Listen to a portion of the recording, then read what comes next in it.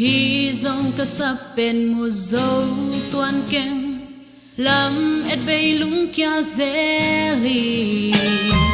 hồng mà cây in hồng hu in tàu pa nang long lung ngoan na mùa dâu keng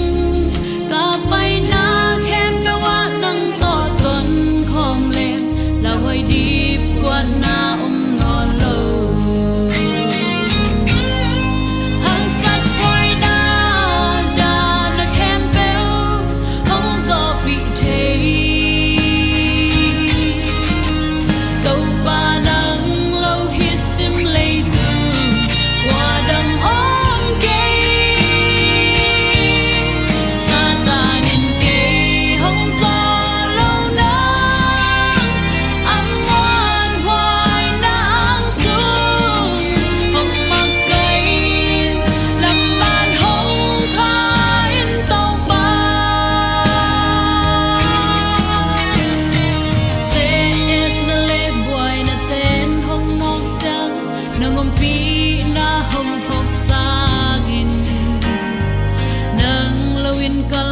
dòng xoan dâu keng